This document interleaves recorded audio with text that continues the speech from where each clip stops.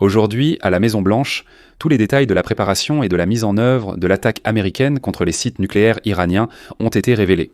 Donald Trump a déclaré la veille que les États-Unis avaient complètement détruit le programme nucléaire iranien en lançant des frappes puissantes et de haute précision contre les sites nucléaires iraniens. Et aujourd'hui, la Maison-Blanche et le Pentagone ont révélé tous les détails de la préparation de la frappe véritablement historique des États-Unis contre le programme nucléaire iranien. Il s'est avéré qu'elle était préparée depuis de nombreuses semaines, voire des mois, et que la Maison-Blanche connaissait son inévitabilité bien avant le début des attaques israéliennes contre l'Iran le 13 juin. De plus d'une centaine d'avions de l'États-Unis Air Force ont participé à l'opération, dont le déploiement de la plupart n'était qu'une manœuvre de diversion, comme par exemple le transfert samedi de plusieurs bombardiers B-2 Spirit. Toute l'opération visant à détruire le potentiel nucléaire de l'Iran a été menée en coordination totale entre l'armée américaine et l'armée israélienne.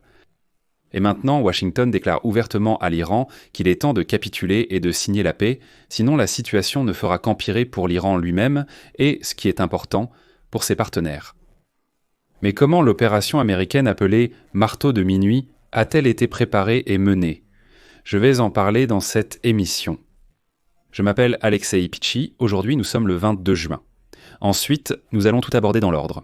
Mais avant de commencer, je vous demande de vous abonner à cette chaîne, de liker cette émission et d'écrire n'importe quel commentaire. De plus, abonnez-vous à ma chaîne Telegram Pichi News. Le lien se trouve dans la description de cette vidéo.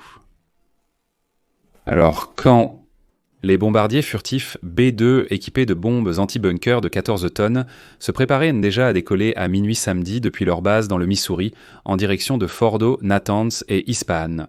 Le président américain Trump se trouvait toujours dans son club de golf et ne montrait aucun signe qu'une frappe puissante contre l'Iran était en préparation. Mais il savait exactement qu'un autre groupe d'avions, celui dont nous avons parlé hier, se dirigeait vers l'ouest en direction de l'océan Pacifique. Et c'était une tentative délibérée de tromper, car Trump exigeait une confidentialité totale. Ces avions n'avaient sans pas l'intention d'attaquer qui que ce soit, mais ils sont partis en groupe vers l'océan Pacifique afin de semer la confusion. Et pendant ce temps, un autre groupe de B-2 a décollé en maintenant un silence radio total vers l'est. Et en conséquence, c'est ce groupe qui a ensuite frappé l'Iran.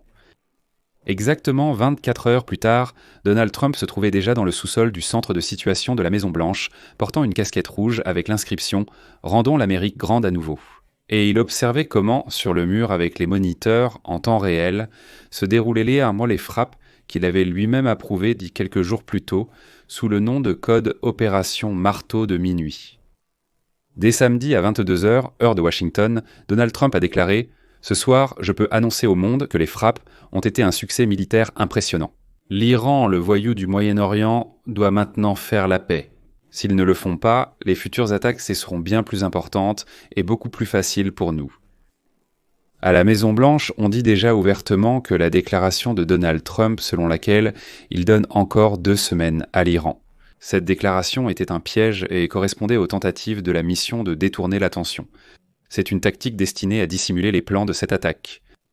Comme l'a indiqué la Maison-Blanche, à la fin de la semaine, les responsables américains ont conclu que l'Iran n'était pas prêt à revenir à la table des négociations et à conclure un accord nucléaire satisfaisant après la rencontre des dirigeants européens avec leurs homologues iraniens vendredi.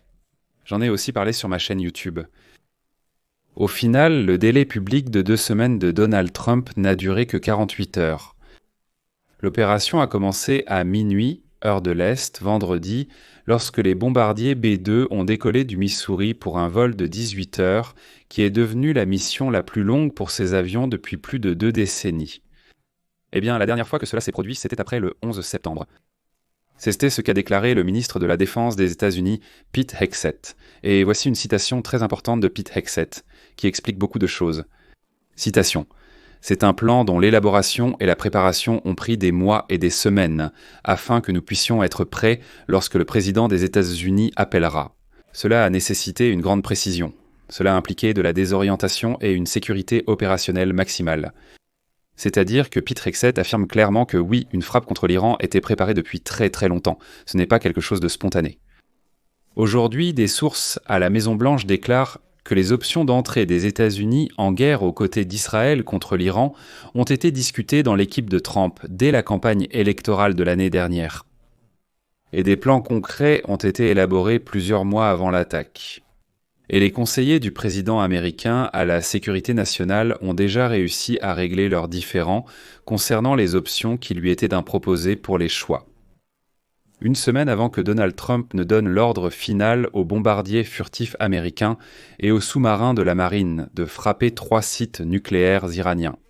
Donald Trump tenait chaque jour des briefings avec son équipe de sécurité nationale dans cette même salle de crise au sous-sol, afin de discuter des plans d'attaque et d'évaluer les conséquences possibles. Et donc, comme l'écrivent aujourd'hui les médias américains, je cite, « Donald Trump est arrivé aux négociations secrètes avec 2 principales préoccupations, que l'attaque américaine soit décisive et qu'elle détruise les sites fortement fortifiés, y compris l'usine souterraine d'enrichissement d'uranium à Fordo. Et que toute action entreprise par lui n'entraîne pas les États-Unis dans une guerre longue et meurtrière qu'il avait promis d'éviter lorsqu'il était candidat à la présidence. » Sur le premier point, les responsables étaient non confiants dans la capacité des bombes anti-bunker américaines à pénétrer le site, bien qu'une telle action n'ait jamais été testée auparavant. Cependant, sur la deuxième question concernant une guerre prolongée, les responsables pouvaient difficilement promettre au président que les représailles de l'Iran, qui pourraient inclure des attaques contre des actifs ou du personnel américain dans la région, n'entraîneraient pas les États-Unis dans un nouveau bourbier de guerre. Mais malgré cela, Donald Trump a tout de même décidé de lancer l'attaque. Et aujourd'hui, par exemple, il écrit que, selon 2 sources, les États-Unis ont tout de même informé l'Iran, lors de négociations officieuses, que les frappes ordonnées par Donald Trump samedi seraient limitées et qu'aucune frappe supplémentaire n'était prévue. En gros, nous avons frappé, vous ne répondez pas, et il n'y aura pas de grande guerre, nous éviterons une grande guerre. Cependant, la déclaration publique de Donald Trump samedi soir après les frappes, avertissant de futures attaques américaines beaucoup plus importantes si l'Iran répondait, a tout de même souligné la période d'imprévisibilité dans laquelle il entre au Moyen-Orient. Mais pourquoi dit-on maintenant que l'attaque était préparée depuis plusieurs mois ? En fait, analysons toute la chronologie.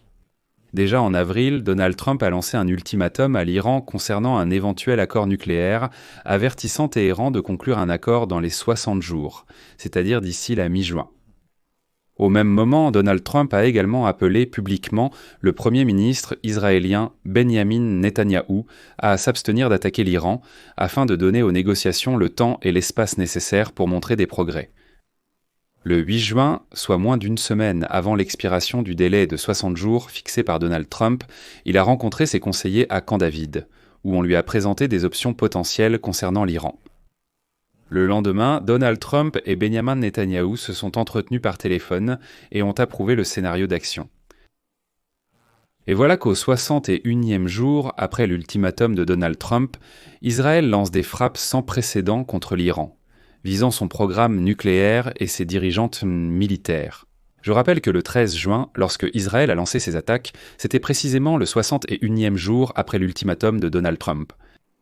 Après cela, Donald Trump a déclaré la citation suivante « L'Iran aurait dû m'écouter quand j'ai dit que je leur donnais un avertissement de 60 jours, et aujourd'hui c'est déjà le 61e jour. » Et ensuite, un véritable jeu de scène a commencé devant le public. Les États-Unis répétaient chaque jour que Washington n'était pas impliqué dans les attaques contre l'Iran, alors qu'en même temps, l'équipe de Donald Trump planifiait déjà ces mêmes attaques.